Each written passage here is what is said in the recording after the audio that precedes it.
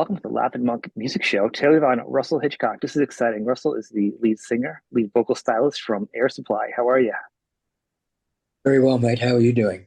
Good. I want to thank you very much. I know it's your day off. I've been a big fan for, obviously, ever since I can remember just hearing music. I've been listening to you. I was probably, 47 years for you guys now, right? So it was probably, I was five. So, We're 48 years in May, so you oh, dead on. close, close. Okay. So what's fantastic about you guys is you've always weathered the musical storms. I know a lot of artists that I've interviewed and talked to, they had just been up and down years. And I know a lot of artists kind of when America kind of got wonky when hard rock and then 90s and 2000s, you guys just took a left and went over to Asia and Europe and just kept it going. Which Yeah, we.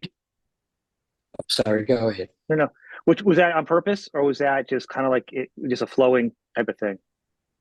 I think it was just a flowing thing. I mean, we went. We were one of the first bands to tour Southeast Asia. I think we went to South Korea in 1980 or 81, and Mhm. no one else. And we gradually built up a tremendous fan following there, which has never diminished. Yeah. And it wasn't, oh, we're not hip anymore, we've got to go to Southeast Asia. It just happened. And I think one of the things too is both in Latin America and Southeast Asia, our fans are super loyal. They've been with us for, 30 plus years. Um, and the other thing is too, in music, I've discovered a long time ago that you can't fight City Hall. If you're not the flavor of the month or whatever, there's no reason to be. Well, I guess it's disheartening, but like us, we've been persevering now for 47 years. We've probably had three or four careers, but we tour still 130 shows a year. I'm very happy with where I am and where Air Supply is. So, and we have critics, obviously. We've been labeled everything from soft rock to candy floss music and blah, blah. But we're here. As Elton John said, I'm still standing. Well, I think you are a rock band. I think what happens is people like to think of rock as being, a certain like a heavy, fast thing. Rock is, Yep. drums, guitar, electricity. Rock can go back to Chuck Berry. Rock can go to the Beatles. I know we both love the Beatles here. Um, just different types of rock. And then if you want to start noodling it down, then you're getting kind of obnoxious about it because it's just really music. Um, Yeah. and I know you said about being the flavor of the month. I think it's hard. I always hate the phrase like I talk to people. I'm like, there's no such thing as guilty music. Like, I'll listen to you guys, and then I'll listen to like Slayer or ABBA. Like, there is no guilty music. You should never feel bad about like what's cool, what's not. What is cool? You know what I'm saying? And like, and I hope we're past the point in the world where it's just like, what is a good song? Like a good song. How does it make you feel? Well, that's another thing that you hit on. A great song will always succeed, no matter what the musical climate is at the time. Mhm. And I mean, I'm going to sound like an old fogey for a lot of this chat with you because when we were beginning, everything was radio, and we were very lucky between 1980 and 87. I think we had a bunch of hits on radio, and you, I forgot to I Well, forgot my. I think you're going like the point is with radio. Actually, I worked in radio for a hot minute too. It was a different time, and you were Yes, hot for a minute, and then a minute later you were cold. But I think radio got really that's it. mean to like a lot of bands that would have been labeled AOR ready rock that had the nice melodies that really just stuck in your head. Whether they want to call it all the Yeah, different labels you said, I think it turned just like it turned on disco and then it turned on hair metal. Like music in the US just turns fast and it gets ugly, if you were the that's last one very in true. line, you know. What I thought was really great, and I love is I can hear all your tattoos right there. And I started getting tattoos in my, late teens, early 20s. I remember flipping through one of my tattoo magazines and it says you probably correct me, like the tattooed black sheep or something of, there's an article on you in one of my tattoo magazines. I was like, and it was like all your tattoos and stuff. And I was like, oh, it was so cool because it was so unexpected, especially in the 90s when you'd started. I'd like to actually Yeah. talk a little bit about your tattooing because like it's so fascinating. I don't usually hear enough about it. How did you get into it and like Well, really? well, I didn't really get into it um, until maybe a couple of years ago, but I had tattoos over the years. The first one I got was 1988 when my daughter was born. Her name is Sydney Rose, so I had a rose tattooed on my arm. And a couple of years later, I got some kind of a Japanese stuff, a dragon and a phoenix. Yeah, And then I got Peter Pan here because my wife at the time said I was never going to grow up. we've Um, all heard that one and before. I mean, I just had these things finished in the last 6 months, so I'm looking for more real estate to put some more somewhere. But It's I love crazy. them. I think that another gurney is one of them an octopus. It looks like on the side. Is that what you had gotten? Yeah, but, Yeah, yeah. yeah, that's nice. That's why I want to get But one. did you see that movie, Octopus, My Teacher? Oh yeah, yeah, yeah. The octopus garden one or whatever. Yeah, yes, Yeah, well, that was inspired by that documentary, which was anybody that hasn't seen it, do yourself a favor. And if you don't cry, you have no heart. they're so brilliant and smart, and then they can go through like a pinhole. Like octopuses are insane, intelligent creatures. They are, Yep, yep. and they're beautiful. So yeah, I love your tattoo work. It's so awesome. I was inspired by it. It was really great. I went as far as getting up to my most where the elbows go because back in the day you had to work and you couldn't. Nowadays it's a different world. Talk about Yeah, being yeah. old. Get off my lawn. But back then you didn't want to go too far and have a career. And I was doing music career at the time, but I was like, bah. So the joke was I didn't have sleeves. I had short sleeves. You know, and then I stopped. Cool. So you never know. I might have to do like you did, just kind of start picking up again. It's never too Yeah. late. Do it. Well, it's interesting too for me because obviously we have a fan page. We have like I don't know 2 or 3 million you know people all over the world watching our stuff on Facebook, and it's amazing how many people have a different opinion of you if you have tattoos. And these people that have criticized me, and I don't mind. I obviously can take it. Um, they, the people that have tattoos don't care if you've got them or not. But the Exactly. people that don't have them are bummed out that you have them. So strange It's about world. that. It's well, anything you have, you don't. Your hair is too long. I'm like, I never have anybody with long hair would say your hair is too long. It's only people that don't have any hair that criticize you. It's always something. I've seen your Facebook page. Yeah, check it out. I follow. It's great. I know you showed some of your tattoo stuff. You're very interactive with the fans, which is probably another reason why you have the airheads. You have a great fan base, very loyal, dedicated. In fact, you're taking time to talk to me. You're um, you just did that great interview. It was a fun interview you did with the young lady who with the puppets. You almost all you guys did it. That was so great, fun. yeah. You know, you're very fan oriented, and I want to encourage people afterwards to follow what you got and all the media too, because you're very interactive on it. You know, it's We've what another one of the air supply secrets is that we've always made ourselves as available as we could to our fans because it's cliched. But if we don't have fans, we don't have a career. right. And I think we've always been, and I know a lot of guys in the music business, obviously. I think I haven't seen anybody that's more approachable or more, friendly to fans than us. And I've been around the block, several times. I don't think in my career with Air Supply, I refused a photograph or an autograph, maybe once or twice, only if people were rude to me. But that the fans are our lifeblood, and I mean, I didn't get into music till I was 25 years old, so Okay, I was a fan. I went to see the Beatles in 1964, and that is awesome. I've been around music. Yeah, I know. Nobody. Graham went to see them actually in England in '64, and I've only met maybe two other people that got to see him. But Yep, yep. and I've been in the grocery store or walking down the street, and somebody goes, "Oh, you're US Supply." I said, "Yeah." Do you mind if I get a picture? Or I said, no, not at all. Knock yourself out. So I think it's very important to stay in touch, not not to just. I mean, when we perform, one of the things, with the exception of the Eagles, um, when I go to a concert, apart from hearing the songs the way I remember them or Mhm. close to, I want to be entertained. I want to Yeah. see the person that I only listen to. I want to see him move or be animated or whatever.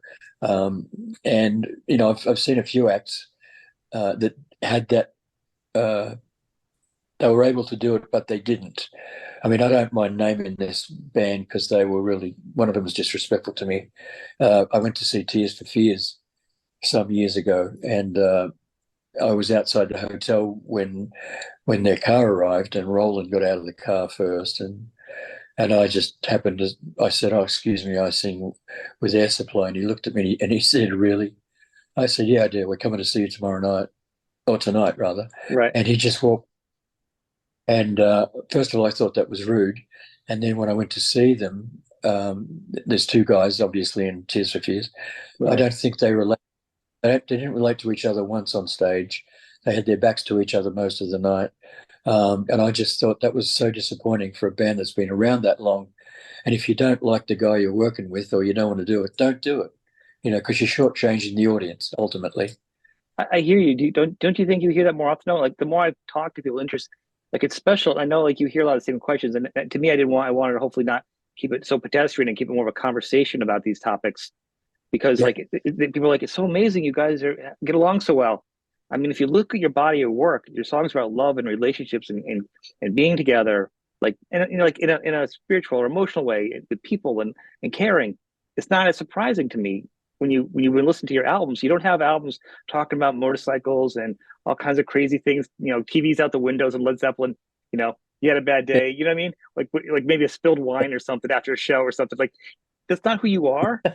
But your lyrics kind of tell about who you are, and you sing them. But the lyrics represent both of you guys. You wouldn't sing them if you didn't feel them. So for people to think that it's a surprise, to me, it's not. Um, You know, I don't think it is. I think we've always represented the name and the yeah, music off stage as well. I mean, like you said, we don't. I don't think. Well, I don't think. I know we've never busted up a hotel room or we've never been arrested with or overdosed on heroin or and done any of that stuff. We part 80s, and certainly alcohol was a big part of that. But pretty much we were, and I think we suffered a little bit in the media because we weren't, we didn't make headlines. We just played the shows right. and went back to and had fun. That's what we did, and we weren't consciously private about that. But we just didn't make any headlines. So, if you said to a reporter, "Why don't you go and hang out with Air Supply after the show tonight?" They'd probably go, "Why? They don't do anything. They're boring." So we had our moments in the sun, that's for sure. Called out of the hotel. They didn't make their bed today. Call TMZ. Yeah, but who wins the game? Because look at you now. You're 73 and you haven't lost a step vocally. Look at a lot of the vocalists because you partied hard, and a lot of my favorite vocalists partied hard and had these great stories. And then when I became an adult, I'm like, geez, as an adult, I wouldn't do that. As a kid, it looks kind of fun. I could never Yeah, throw TV out the window. I'm like, it costs money. I got to work yeah, for that. Like to me, like it became different when I became an adult, and you see adults doing it. That and the fact that it it changed their artistic you yeah. know, Well, just and sorry, no, that's right. I in the old days in the 80s, I couldn't even pick up a TV, let alone throw it out a window. They knock it over, just push it over, run into it. Yeah, What you were saying before is great. Is but like you're talking about where like people judge you with tattoos and stuff, and it's funny because if people love you and your music, and people love music, to judge anybody with different colored hair, or I know you get a lot of slack because your fingernails. Who cares? It's a tattoos. It's part of your music. It's art. So like for somebody to be like, well, I like this part of your art, but I don't like this part of your art. Either you like the art, this or you don't. Like you don't. You have to accept it or not. It's weird to get that. yeah. Well, I mean, I totally agree with you, and I mean, this is it. If you don't like me because I've got my nails taken care of and polished, or I have tattoos, then you're a very shallow person to begin with. That was great when I saw you getting tattoos. I'm like, all right. I thought they were great when I saw them. I was getting them too. I was like, very cool. I love the dragon work you did too. When I saw that too, I was like, oh, that's really cool. Um, So you are and actually, so you're on touring right now, and it's the Lost and Love experience, right? That's what it's called. Yes. Mhm. We've been on, we like to call things, give it a name so people can get time. Right. But we don't really stop. I mean, obviously COVID knocked us out and everybody for a year and a bit. Um, but as soon as we could, we got back on the road, and we still do. Well, last year we did over 130 shows, and we're on schedule to do the same this year, both domestically and overseas. And we really don't stop. We had a song out a little bit ago called "Be Tough," which is available on the streaming platforms, of course. Yeah. Yeah, we plan on releasing a song every couple of months now. But our staple and our focus is live shows. I mean, we've always considered ourselves to be a touring band, and we've done over 5,300 shows, I think, in our career. So that's where we belong. And when COVID hit, I mean, I went crazy. I mean, I was good for a couple of weeks, and but after that, it was just, I mean, I didn't know what to do with myself, and I'd be home on Saturday night at 8 o'clock, look at my watch, go, I should be somewhere else now doing something else. And that really, really hurt us a lot, mentally, I think. Right. But we were lucky to keep all the guys in the band through that period. Um, and we're back in full force, and we're looking forward to the rest of the year being as great as the last couple. And we try to get to as many places as we can.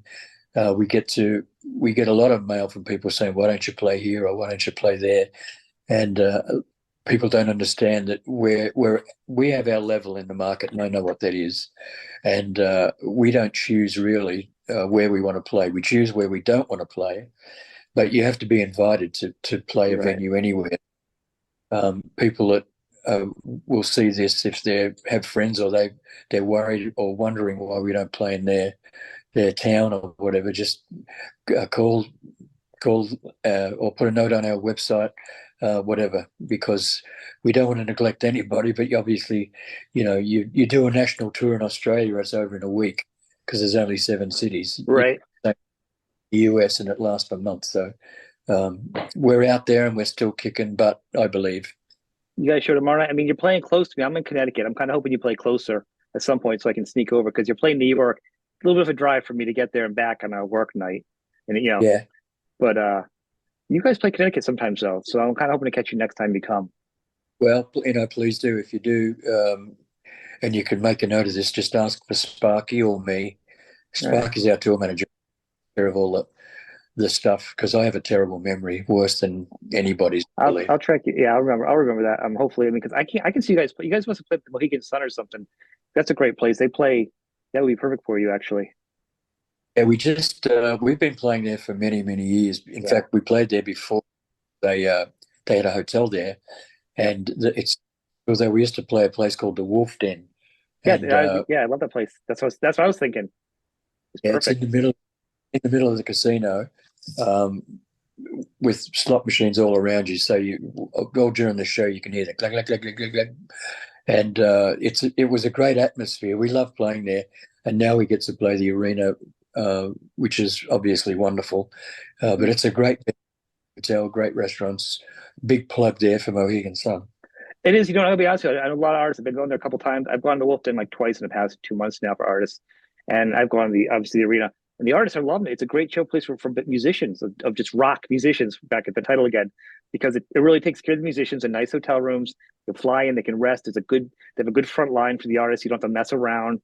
You can just be a Yeah, musician and rock out. yeah. Then hit the shops and have the food, and and that's the way it should be for an artist at this point. You know, Well, it's amazing how many venues don't cater to artists backstage. I mean, Mohegan Sun is flawless. Everything's right? wonderful.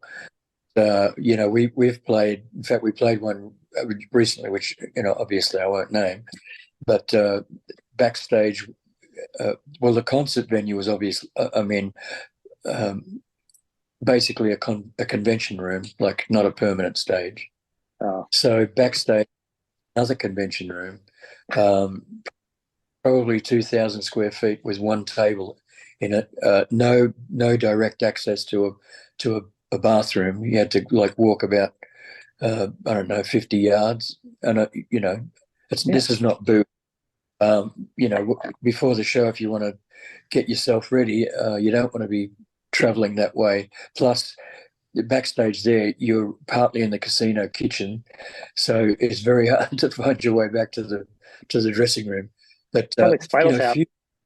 you're right, hey, that's the truth, man. Um, but fortunately, most of the venues realise that it's not just the the front of the stage or front of house stuff they have to look after. I mean, we deserve, Yeah. not I'm saying we An artists artist. deserve a little bit of comfort. Well, I look at it as in like, yeah, I think it's more a plus because you should reinforce positive places that are doing it. Hopefully more will do it. You're a guest. You're a performer, but you're also a guest at their Yeah, house at these places. yeah, So you want to treat your guests nicely, so your guests come back. I mean, that's a happy guest is a happy performance is, it makes sense. yeah. And you've been touring forever, so you've seen a million different places over the years. I'm sure touring's got a lot better for you, hopefully, over the years. You were talking about Australia, and I know you're a big, from what I've heard, you're as far as rock goes, you're an AC/DC fan, right? If I'm correct on this one. Um, Yeah, what you about, are. yeah, We saw them. We saw them in the '70s yeah, when Bon Scott was with them. In fact, we played a show and we were staying at this famous rock and roll hotel called the Old Melbourne Inn. And it was 2 or 3 o'clock in the morning. I went down to do my laundry, and Bon Scott was in the laundry too. And we had a chat for a couple of hours, and he was a sweet, sweet fella. And in those days, getting back to how music's changed yeah, yeah. over the years, in Australia, it was such a small market. Anybody that had a job, no matter whether you played, you were in AC/DC, Midnight Oil, met those guys. There's a very famous band called The Angels, all hardcore bands. Everybody was just grateful to be working, and there was a camaraderie there that was unbelievable. And that went, in probably the late '80s, early '90s, and now it's if you don't listen to my kind of music or like my kind of music, then I can't be seen with you because you're not hip. It is crazy. I talk to a lot of artists that are from. I try to talk to them from all around, and like I just did an artist that is a country music artist, and I didn't realize they're actually from Australia. But the country connection of Nashville, and I know you had a really good Nashville album actually to talk about. We actually, did you ever connect at all with Rose Tattoo when you were doing your stuff? Saw them many times, but never personally. And they were an awesome band too. Angry Anderson was one of the best frontmen, He and I is. think he's still working. But I mean, I've spoken to him a couple of times at events, and he's a Mhm. cool guy too. He's a great guy. I've had him on my show actually a few times, and we've gone on about records from the But olden days, and he's a very very nice, sensitive guy too. Actually, much he's a really nice guy. So I think you guys would yeah, get along. As far as asking, because you not guys like have a very similarity. You know. Well, the other question I was going to ask you, you did some solo albums when you guys were, kind of took a break, didn't break up, but you guys, good yeah. albums. But your last album though really just felt like it was more of a turn. Like if I'd heard on the radio and didn't know it was you, like you really, the sound was different. Was that conscious? Well, was that the Nashville album? The natural, yeah. I'm sorry, yeah, yeah. It sounds Yeah. great, but vocally Well, though, like with the music sounding differently, maybe because the music and your voice sound different because I'm not hearing it the same way. there was a lot of songs low in my register, which was Hmm. different for me. Uh, in fact, the way the album came about was quite weird.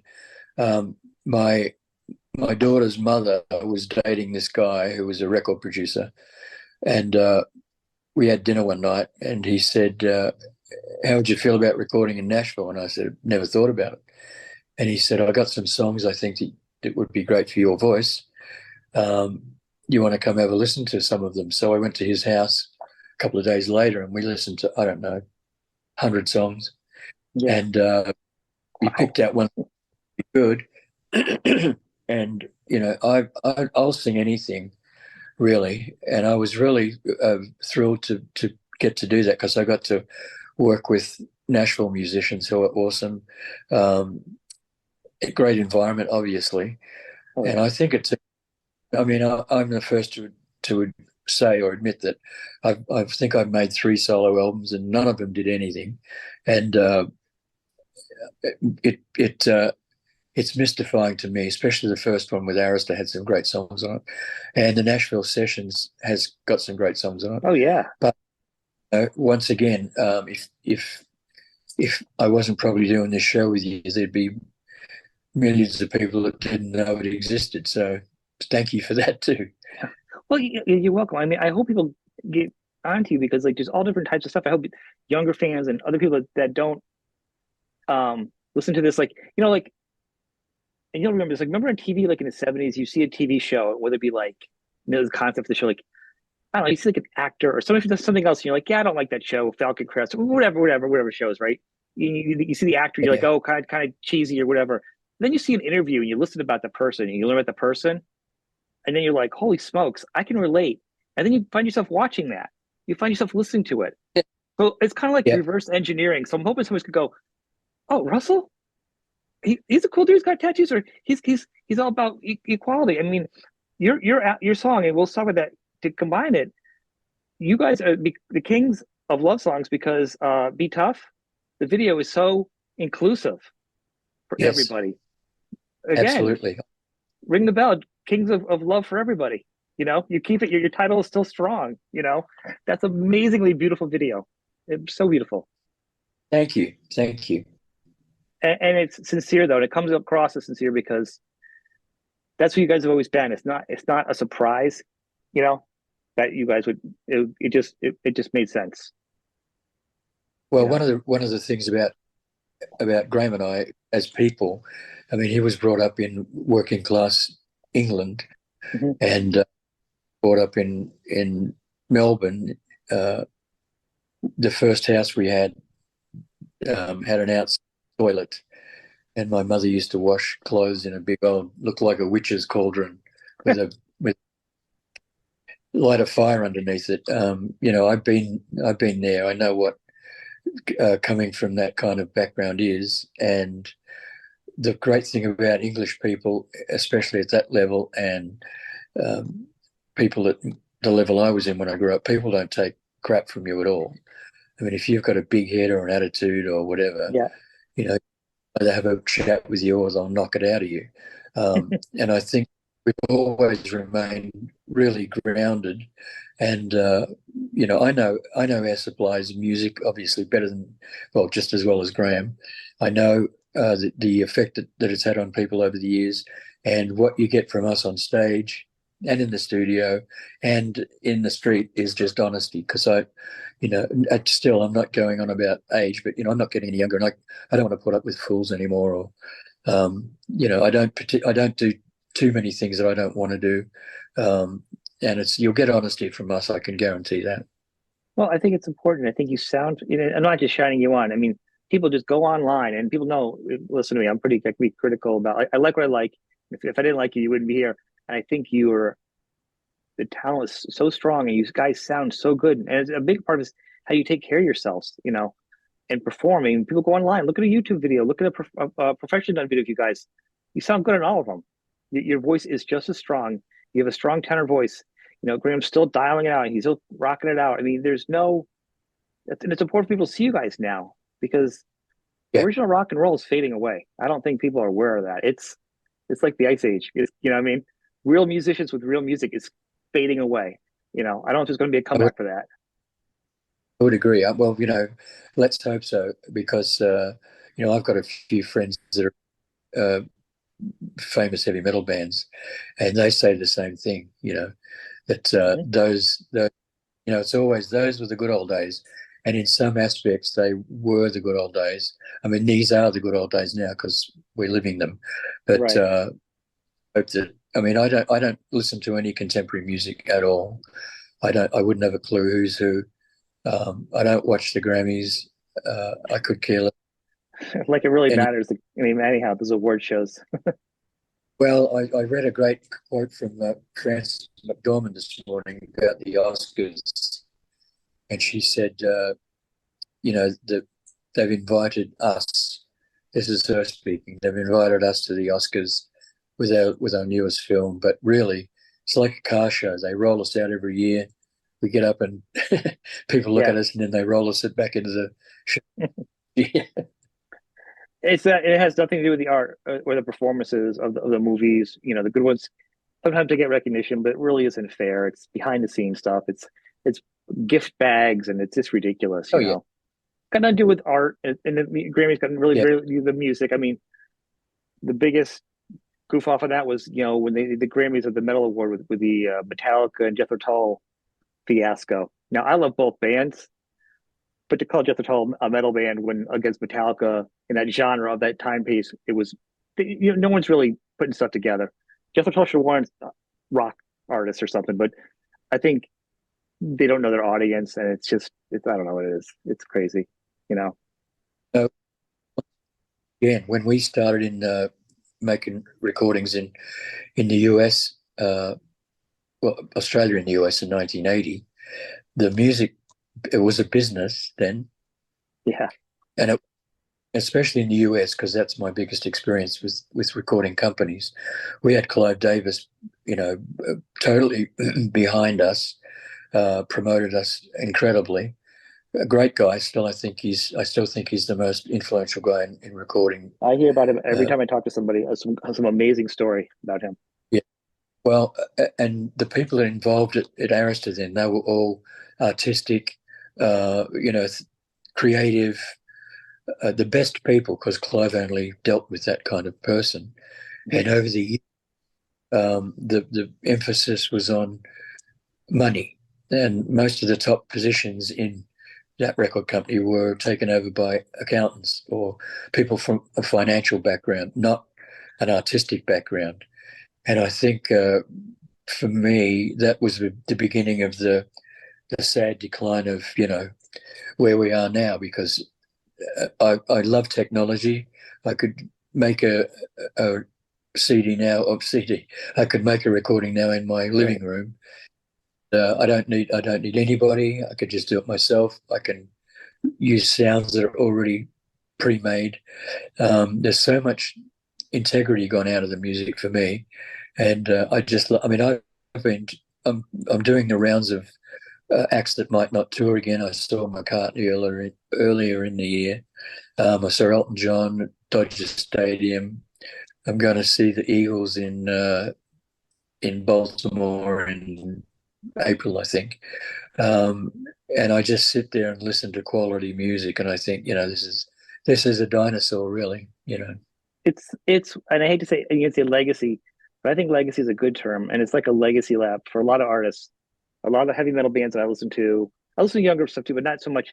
It's not. I don't want to listen to new stuff. I'm just not finding anything where an artist isn't using a laptop to record. They're using a laptop to make sounds that they don't need to. Like it's not. They're not creating. They're not using. They're tools. They're not. They're not what you are. And I think that's what we've lost Yeah, somewhere along the line. And I think a lot of these legacy acts, I'm happy to see them getting this. Like it's like a victory lap. You should be getting the nice hotels. You should be getting all this nice stuff. You should be getting your last couple. These years. You feel good. The audience loves oh it. yeah, The community of the fans and the artists is fantastic. And I think that's going away. You know, it really is. And it's good. There's artists, there's bands like you because it's going. You know, I just think it's important that people. I was going to add to that people really I can't emphasize to see you guys if they get a chance. You know, because you're fantastic. You sound just like the record. I mean, it's unbelievable, and not every artist can do that anymore. well, I would, well, Jordan can. No, I mean, we've been around. I keep reiterating this for nearly 50 years, and the reason that we're still here is because we do our job extremely well, and people want to see us. And interestingly enough, too, the longer we've been, especially in the last 5 to 10 years, maybe closer to 5, that we've gotten a lot more respect from the industry than we had before, because we've proven to be a staple in kind of music that we do. I mean, we've never had in the last 12 months as many sellout shows as as we did in the last year compared to the rest of our career. It's been amazing to Wow. me. From Congratulations. 1,000 seaters to 5,000 seats. We play in the US. Typically overseas, we'll play 10, 15,000 seat places, and they've all been great. So I'm really very grateful for that. And Graham and I, not often, once in a while, we'll sit backstage and go, can you believe this is happening? It's well deserved. It really is. I think what happened is I think you've always been there. I think people have grown up now and we're past that. I think everyone's loved Air Supply, but they didn't say it out loud. You know what I mean? You really had to have the music people. Like I knew people and I would talk about it because I'm a music dork. But a lot of people, like, but I also don't follow top 40 like some people either, where it matters to me who's on the charts. So that's not always cool, but they get in the car, everyone knows the words to an Air Supply song. Now we're adults and they're like, you know what? I can say it out loud. I like Air Supply. You know what I mean? It's like, it's different now. And I Well, think you outlasted them. You win. yeah, yeah, private. I was, I think we were on tour in 1983, round there, and our manager at the time called me, and he said, "I got a call from Rob Halford," uh, and I went, "Okay, like what's Air Supply, Rob Halford?" And he actually asked me if I could sing on one of their records, and Oh, I didn't have the time to do it, but I would have done that in a heartbeat. oh my God. You Um, two, I mean, the best duet ever. yeah, well, yeah, I would have loved to have done it, but I couldn't. And there's a couple of guys. Once again, they're in very heavy metal bands, and they're friends of mine. I mean, good friends. And they Yeah. first time I met them, they said, "Please don't tell anybody that we like your band because we'll get too much crap for it Yeah. from our side of the business." It's crazy and it's silly. I'm glad you guys have, come past that and you get the props you deserve. Um, I want to thank you for your time. I do want to end on one note. I do want to say everyone always likes to tell you their favorite songs. I know you share yours. So I have to throw out there, like mine is off the Mumbo Jumbo album. I always think that the song Dance With Me should have been a bigger song. It should be a bigger song. I think it's a great song. Oh, And that's just the dork of me throwing it out there saying, God, I wish that song was bigger. You know, well, I appreciate that. It's an obscure song, but it's an awesome song. Graham's actually, I say this pretty much every night that he's one of the most underrated songwriters, in the history of pop music. And those albums that Mumbo yeah. Jumbo, um, News from Nowhere, they've got awesome songs Oh that yeah. nobody ever heard. I think but I do want to say, listen, that it's less about you guys at that point. The records just don't sell. Look at Yeah, all the platinum bands I talked to. They've released albums in the past year yeah, that would have been better, honestly, better than the hit albums that they had towards their career after being on tour and tour and tour, doing an album after album after album. It may have been a weaker album because they didn't have time, and they've had stuff now that's even better. yeah, Not a dent because yeah. it's not the same anymore. It's not about quality. It's just about the industry's out the window. The record labels were banks, so they destroyed themselves, and now here we are. Well, now it's all who's going to be the first person to do a $10 million 3 minute video, Uh, how many likes do you have, which right? disguises the yeah. There you go. Which they disguise the song and the talent, and it's all flash. Yeah. That's me being bar humbug. No, no, you're not. And I always say, one of the things I'll say is, I would say like you see somebody like a lot of likes, a newer artist, and that's great, and they want to endorse them, whatever. If I was somebody, I'd be like, why don't you go have them play a club and see who actually goes to the club? Anybody can like something on Yeah, their phone. Who's going to get in their car and drive? You have yeah. 1,000 people going to an Air Supply show that might not talk about it, but actually, you guys should Yep. have good numbers too on your Facebook page. Thank goodness. But like generally, a lot of bands of our age group and older aren't getting the same numbers. They're getting the fans at the No, shows. They're just not getting the media likes. yep. So I think somebody needs to realize that it's not about likes.